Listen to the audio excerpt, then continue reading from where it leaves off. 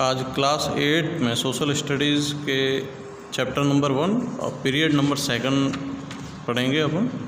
कल हमने जो पढ़ा था चैप्टर नंबर 1 के जो टाइटल है हाउ, व्हेन एंड वेयर, कैसे, कब और कहाँ। वैसे हमने पढ़ा था कि इतिहास को पढ़ने के लिए हमें 3 बातों की ज़रूरत होती है कि कब, कहाँ और कैसे हुआ। उसी प्रकार से हमने फर्स्ट टाइटल जो है हिस्ट्री के बारे में भी पढ़ा था, जिसमें आपको ये एक्सरसाइज जो ई है उसका क्वेश्चन है फर्स्ट कि what do you mean bye history. तो उसका आंसर ये है E1। ये मैंने आपको इसमें बता दिया, आपको नोट कर लेना है। और हमने जो इम्पोर्टेंस ऑफ डेट्स के बारे में जो पढ़ा था कल टाइटल, इसके जो भी मैंने आपको नोट्स वगैरह जो दिए ये आपको राइट करने थे, जिसमें F1 जो F एक्सरसाइज है उसका जो फर्स्ट क्वेश्चन है, उसके जो फर्स्ट क्वेश्चन में कहा गया है कि what are the dates important. तो उसका आंसर ये होगा। और इसके बाद अपन ने पढ़ा था timeline from 1885 AD to 1947 AD, जिसमें हर एक डेट्स का एक इम्पोर्टेंस था कि किस प्रकार से कौन से डेट्स में कौन से ईयर में क्या इवेंट हुआ था, कौन सी घटना घटी थी, ये हमने पढ़ा था। आज हम पढ़ेंगे जो नेक्स्ट है टाइटल जो है पीरियडाइजेशंस ऑफ हिस्ट्री। किस प्रकार से इतिहास का वर्गीकरण किया गया, इतिहास को कई भागों में बांटा गया, तो उसको पीरियडाइजेशन कैसे किया गया।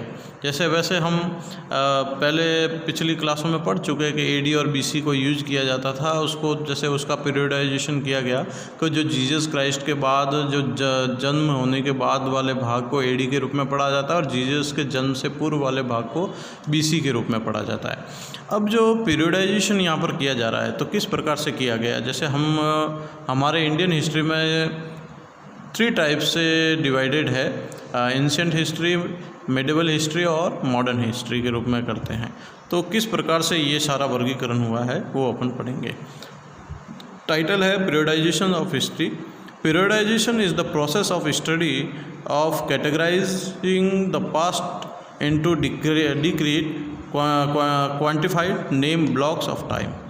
उसको टाइम के ब्लॉक्स के रूप में लिया गया कि भाई इतने सालों के भाग को जैसे माना गया एंशिएंट हिस्ट्री, और उससे थोड़ा आगे वाले टाइम को ब्लॉक के रूप में बांटा गया जिसको मिडिवल कहा गया, और उसके बाद वाले भाग को मॉडर्न हिस्ट्री कहा गया। तो उसको क्वांटिफाइड किया गया, उसको डिस्क्रीट किया गया, उसको अलग अलग किया गया। This is usually done in order to facilitate the study and analyse of history. और ये अक्सर उसको फैसिलाइट करने के लिए, उसको हिस्ट्री को एनालिसिस करने के लिए, उसका अध्ययन करने के लिए उसको फैसिलिटी के तरीके से उसको डिवाइड किया गया कि किसी भी चीज़ को समझने में हमें आसानी मिले। जैसे हिस्ट्री में हमने पढ़ा कि भाई बाबर है, बाबर के बाद उसका बेटा हुमायूं आया, अकबर आया, तो ये एक उसको फैसिलिटेट किया गया है, उसको एक एनालाइज किया गया, उसको पीरियडाइजेशन तरीके से, तभी हम समझ पाते हैं उसको। Understanding current and historical process, जो ये सारा जो पीरियडाइजेशन किया जा रहा है कि एक हिस्टोरिकल प्रोसेस को समझने के लिए और आज के करंट को समझने के लिए इसको किया गया है। And casualties that might have link to this event, कि उस वक्त जो घटनाएं घटी उसका उससे क्या संबंध था, उसके बारे में समझा जाता है इससे। To the extent that history is continuous and all system of periodization are more and less arbitrary। तो किस प्रकार से एक इतिहास लगातार एक सिस्टम को डिवाइड करके उसको समझा जाता है इतिहास को, कि उसका हर पार्ट को अलग अलग तरीके से डिवाइड करने के बाद उस चीज़ को समझा जा सकता है कि there are significant source to study the periods of event. और हर इवेंट का जो पीरियड है उसको अलग तरीके से उसको स्टडी किया जाता है। And by studying different historical evidence, और उसके हर एक एविडेंस के द्वारा उस हिस्टोरिकल एविडेंस को देख कर ही उसका अध्ययन किया जाता है। A string of time period can be formed, और एक प्रकार से एक पूरा वर्गीकरण किया जाता है उस टाइम का, तब जाके उसके बारे में समझा जाता है। अब आगे है इसी के क्रम में कि किसने सबसे पहले हिस्ट्री को पीरियडाइजेशन करने का काम किया। तो इसमें सबसे पहले जो नाम आता है वो जेम्स मिल का आता है। तो हमारे एक्सरसाइज में क्वेश्चन भी है E2 में कि हु इज़ द जेम्स मिल। तो हमें उसका आंसर यहाँ पर मिल जाएगा। आपको ये अंडरलाइन करना है, जो मैंने हाईलाइट किया ये आपको नोट्स के रूप में लिखना है उसके अंदर, कि James mill was a Scottish philosopher. ये स्कॉटिश फिलोसोफर था, दर्शन शास्त्री था, जिसने अपने विचारों के द्वारा बहुत सारी बुक्स को लिखा गया और उसमें बताया कि किस तरीके से हिस्ट्री को पढ़ा जाता है और इकोनॉमिस्ट को कैसे पढ़ा जाता है। He began his history of British India in 1806। इसने सबसे पहले जो ब्रिटिश इंडिया की जो हिस्ट्री को लिखने की जो शुरुआत की वो 1806 में की थी। अगर ऐसा क्वेश्चन आ जाए कि भाई जेम्स मिल के द्वारा, by the James mill, when was started begin the history of British India, तो देन यू कैन राइट 1806। तो आप लिख सकते हैं कि 1806 में ये लिखा गया था, कि expecting it to take him about 3 years। इन्होंने लगभग इसको 3 years में कंप्लीट किया। Its completion prove to take instead 12 years, और लगभग इनको काम करते करते इनको 12 साल लगे।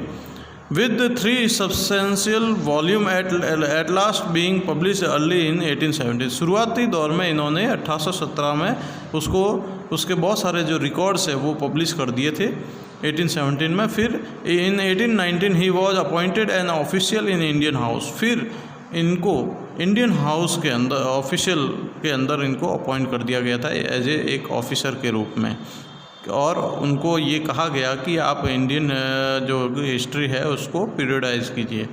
तो despite his drastic criticism in history of British rule in India, इसके क्रिटिसिज्म के बावजूद भी भारत में इन्होंने ब्रिटिश रूल के अकॉर्डिंग इतिहास को लिखने का काम किया। James mill divided Indian history into Hinduism and Muslim and British period. इन्होंने जेम्स मिल ने जो हिस्ट्री को, भारतीय हिस्ट्री इतिहास को 3 भागों में डिवाइजन किया, हिंदुइज्म और मुस्लिम्स और ब्रिटिश पीरियड। कि पहले हिंदू राजा वगैरह किस तरीके से रहते थे, फिर मुस्लिम जो आए मुग़ल वो कैसे रहे, और उसके बाद ब्रिटिश जो ईस्ट इंडिया कंपनी ने अपने आप को सेटअप किया तो वो किस प्रकार किया, उसको 3 कैटेगराइज में इन्होंने किया। इनका सबसे जो मेन जो नेगेटिव पॉइंट था कि इन्होंने हमारे धर्म के आधार पर हमारे हिस्ट्री को पीरियडाइज करने की कोशिश की थी। This periodisation is based on the religious line. इनका जो मेन बेस था वो धार्मिक आधार पर था। That there was a phase for which the Hindus were the ruler and other were ruled. और उसमें पहले फेज में बताया गया था कि हिंदू राजाएं जब शासन कर रहे थे तब का समय। Then came the phase of Muslim, जब मुस्लिम मुग़लों का शासन आया तब उनके फेज का टाइम। एंड द ब्रिटिश, जब ब्रिटिश ने अपने आप को एस्टेब्लिश किया इंडिया में, तब के इतिहास को इन्होंने डिफ़ाइन किया। He had a colonial mind. इनका पूरा का पूरा जो माइंड सेटअप जो था वो कॉलोनियल उपनिवेश था। कि कॉलोनियल का मतलब होता है उपनिवेश, ये आपको हार्ड वर्ड के रूप में लिखना है। कॉलोनियल का मीन्स यहाँ पर लिया जाता है कि जो कई लोग जो अपने रिसोर्स को लेने के, जब जो पावरफुल कंट्री होती है वो अपना रिसोर्स बढ़ाना चाहती है, तो जो पुअर कंट्री होती है वहाँ के रिसोर्स को कंज्यूम करना की कोशिश करते हैं, तो वो अपने आप को वहाँ पर सेटअप करते हैं, तो उसको कॉलोनियल कहा जाता है। तो ये कॉलोनियल माइंड के लोग थे। And thought Asians to have poorly civilised. और इन्होंने ये सोचा कि जो एशियंस हैं वो बहुत ही गरीब तरीके से, असभ्य लोगों की तरीके से रहते हैं। इन्होंने इस तरीके से उस इतिहास में बताया। He felt Europeans to be superior. इन्होंने अपने आप को ज़्यादा सुपीरियर बताया। हमें देहाती और गंवार और जंगली लोगों के रूप में इन्होंने बताने की कोशिश की इतिहास के अंदर। इसी के आगे जेम्स मिल ने और क्या क्या जो ऐसे काम किए जिससे हमारी सोसाइटी में बहुत सारे जो डाइवर्स आज भी सिचुएशन क्रिएट हो रही है, वो हमारे इस ब्रिटिश के समय जो समस्या पैदा हुई उसी के कारण हुई थी। During the Muslims and British they were thousands of Hindus and Muslim princely state. जब मुस्लिम और ब्रिटिश शासन जो चल रहा था तब हमारे यहाँ पर बहुत सारे हिंदूस और मुस्लिम राज्य स्टेट थे। कहीं पर मुस्लिम शासक थे, कहीं पर हिंदू शासक थे जब ब्रिटिश यहाँ पर आए थे। In fact through this periodization he tried to divide. और इसी के द्वारा जेम्स मिल ने पूरे हिस्ट्री को डिवाइड किया था कि he tried to divide the people with their own specific identity, उनको स्पेसिफिक आइडेंटिटी कि ये मुस्लिम है और ये मुस्लिम स्टेट है, विच वॉज नॉट करेक्ट, जो बिल्कुल सही नहीं था। तो ये एक क्वेश्चन है आपके एक्सरसाइज F2 में, उसमें कहा गया है कि what periodisation was done by James mill and why were Indian history against this, ये भारतीय इतिहास के लिए कैसे विरोध में थी। तो ये F2 यहाँ से आपका जो होगा, यहाँ से लगाकर ये जो मैंने हाईलाइट किया है ये उसका आंसर माना जाएगा। ये लॉन्ग क्वेश्चन का आंसर है ऐसे रूप में, तो आपको ये कंप्लीट करना है। नेक्स्ट जो टॉपिक अपन पढ़ रहे हैं वो है कॉलोनाइजेशन, कि what do you mean by colonization, आप क्या समझते हैं कॉलोनाइजेशन है क्या। कॉलोनाइजेशन एक प्रकार का वो सिस्टम है जिसमें सुपीरियर कंट्री जो है वो एक्सप्लॉइट करती है पुअर कंट्री को फॉर दियर नीड्स, अपनी नीड्स को कंप्लीट करने के लिए वो पुअर कंट्री से एक्सप्लॉइट करती है। जैसे ब्रिटिश हमारे यहाँ पर आए तो उन्होंने हमारे यहाँ पर एक्सप्लॉइट करने का एक प्रोसेस सिस्टम उन्होंने शुरू किया था। तो इसी आधार पर हम पढ़ेंगे कि colonization is a process by which a central system of power dominates the surrounding land and its component, कि कॉलोनाइजेशन एक ऐसी प्रक्रिया है जिसके अंदर सारा जो पावर होता है वो शासन करने वाले के हाथ में होता है, और जितना भी जो क्षेत्र वो उसके आसपास होते हैं और जितने भी उसके स्रोत होते हैं वो सारे उसके अंडर में होते हैं। जैसे ब्रिटिश यहाँ आए तो ब्रिटिश ने सारे के सारे रिसोर्स पर अपना कब्जा कर दिया, सारे राजाओं को अपने टेक ओवर कर लिया, उन्होंने अधीन कर लिया, और यहाँ तक कि आपने देखा होगा झांसी की रानी वगैरह है, तात्या टोपे हैं, जितने भी जो राजा जो थे उस वक्त के, उन सभी को उन्होंने अपने अंडर में ले लिया था। Colonization refer strictly to migration, और ये कॉलोनाइजेशन एक प्रकार का माइग्रेशन है। जैसे जो ब्रिटिश है वो कहाँ से आए थे अपने यहाँ पर, ये इंग्लैंड यूरोप से आए थे अपने यहाँ पर। फॉर एग्जांपल टू सेट, इसी प्रकार से पूरे वर्ल्ड में जो बहुत सारे जो लोग हैं इधर उधर गए थे, जैसे two settler colonies in America और ऑस्ट्रेलिया, यहाँ तक कि अमेरिका और ऑस्ट्रेलिया में भी ये इनकी कॉलोनी सेटअप की गई थी ट्रेडिंग पोस्ट के लिए, प्लांटेशन के लिए। While colonialism to the existing indigenous people of style new territories, इन्होंने अपने आप के न्यू टेरिटरीज, एक नए क्षेत्र का निर्माण किया था। ये लोग जहाँ पर भी गए वहाँ पर अपने आप को सेटअप कर लिया और वहीं पर रह गए। Colonization was link to the spread of 10 of millions from western Europe states all over the world, पूरे वर्ल्ड के अंदर यूरोपियन वेस्टर्न यूरोप के बहुत सारे लोग लाखों की तादाद में कॉलोनाइजेशन के रूप में सब जगह फैल गए। ब्रिटिश केम टू इंडिया, जैसे भारत में भी ब्रिटिश आए थे, came to India as a trader, एक व्यापारी के रूप में आए थे। Soon they were fascinated with the wealth of India, और उन्होंने यहाँ के जब हमारे यहाँ पर आए तो हमारे यहाँ पर जो राजशाही जो जीवन जो था, लोगों के पहनावा, गहनों से ढके हुए जो लोग, सोने चांदी पहने हुए लोग, बहुत ही कहते हैं कि बहुत ही समृद्ध भारत जो था, सोने की चिड़िया जो भारत कहलाता था, उस चीज़ से ये फैसिनेटेड हो गए थे। फैसिनेटेड का ये जो वर्ड है आपको नोट के रूप में लिखना है, ये इम्पोर्टेंट वर्ड है, इसका मतलब होता है मंत्र मुग्ध हो जाना। तो ये अपने आप में मंत्रमुग्ध हो गए थे भारत की धन संपदा को देखकर। They change their motivate from trade to colonization, इन्होंने ये आए थे व्यापार को देखकर, लेकिन धीरे धीरे इन्होंने अपने आप को कॉलोनाइजेशन के रूप में ले लिया और धीरे धीरे सारी चीज़ों को अपने टेक ओवर कर लिया, कब्जे में ले लिया। दियर प्लान्स इन्वॉल्व यूजिंग इंडिया, और इन्होंने अपने जो प्लान है वो इन्वॉल्व किया कि भारत को हम एक प्रकार से शोषण करें, federal colony for their own flourishing, अपने आप को स्थापित करने के लिए, अपनी इकोनॉमिक जो है उसको सेटअप करने के लिए। भारत अपनी ब्रिटेन की इकोनॉमी को एस्टेब्लिश करने के लिए इन्होंने भारत को एक रिसोर्स के रूप में लिया, और भारत से इन्होंने जितना भी जो रिसोर्स था उसको एक्सप्लॉइट करके उसको जहाज़ों में भर के उन्होंने यूरोप में पहुंचाया। तो यहाँ तक ये आपको ध्यान में रखना है कि आगे एक क्वेश्चन है ई एक्सरसाइज में कि what do you mean by colonization, तो आपको E5 यहाँ से लगाकर यहाँ तक इसका आंसर डिफाइन करना है। ये इजी है, आप बता सकते हैं इसको। आगे है how do we know administration, administration के बारे में क्या जानते हो आप, किस तरीके से प्रशासन चलता है।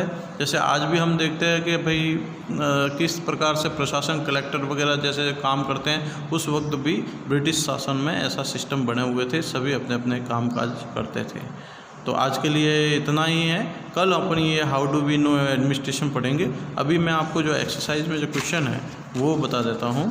जैसे Indian history divided Indian history into parts 3, जैसे मैंने बताया था, ये अपने जो डिवाइडेड था एंशिएंट हिस्ट्री, मिडिवल हिस्ट्री और मॉडर्न हिस्ट्री। और नेक्स्ट सेकंड क्वेश्चन है कि what is the process by which a central system of power dominate और surrounding land and its component, कि किस प्रकार से सारा डोमिनेट किया गया था और सारे कंपोनेंट सराउंडेड किया गया था। तो वो सिविलाइजेशन, कॉलोनाइजेशन के पैटर्न में किया गया था। ठीक है, आगे है the British felt all important. ये जो क्वेश्चन है ये अपन कल करेंगे। ये आपके लिए आज के ये क्वेश्चन के आंसर अगर कल आपने कर लिया हो तो ठीक है, बाकी ये आपको करने हैं। और फिर आपको ये 2 फिल इन द ब्लैंक और करने हैं। फिर इसमें आपको आगे ये सी में आपके 3 पॉइंट आपको ये कंप्लीट करने हैं। Dates in history are not link to event, क्या जितने भी जो डेट हैं वो इतिहास की किसी घटना से लिंक नहीं है, ये सही है या नहीं है, इसको आपको डिफाइन करना है। राइट है या रॉन्ग है बताओ, ये मैंने आपको समझा दिया था। जेम्स मिल divided Indian history into 3 period, क्या जेम्स मिल ने 3 पीरियड के रूप में इनको डिवाइड किया था, हिंदू, मुस्लिम, क्रिश्चियन, इस रूप में किया था। तो वो आपको बताना है राइट है या रॉन्ग। तीसरा है the practice of surveying also became common under the colonial administration, जो कॉलोनियल एडमिनिस्ट्रेशन के अंदर जो भी सर्वेइंग वगैरह जो हुए थे वो हुए थे कि नहीं हुए थे, वो आपको बताना है। कल इसको मैं वापस आपको ये इसका आंसर परफेक्ट करूँगा कि कौन सा सही था कौन सा गलत था, ये आपको करना है।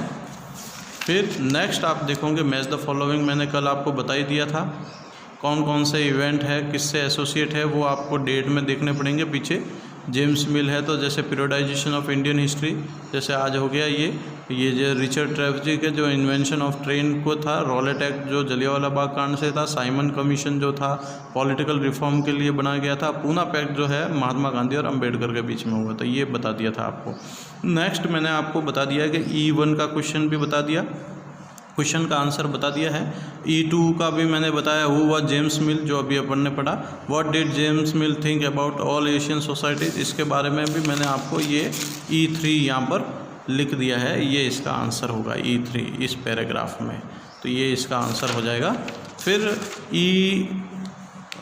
जो नेक्स्ट जो है कि how have historian divided Indian history, तो ये भी जेम्स मिल के बारे में ही है कि किस तरीके से हिस्टोरियन ने इंडियन हिस्ट्री को डिवाइडेड किया।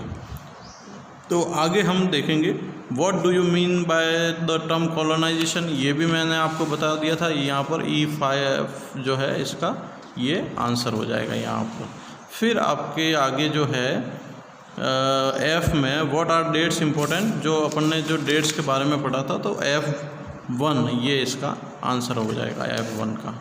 फिर 2 है the what periodisation was done by James mill and why were Indian history against this, क्यों इसके खिलाफ थी। तो ये जो हमने पीरियडाइजेशन में जो पैराग्राफ मैंने जो लिखा है, जो आपको हाईलाइट दिख रहा है, ये पॉइंट इसका पूरा आंसर होगा F2 यहाँ से लगाकर यहाँ तक।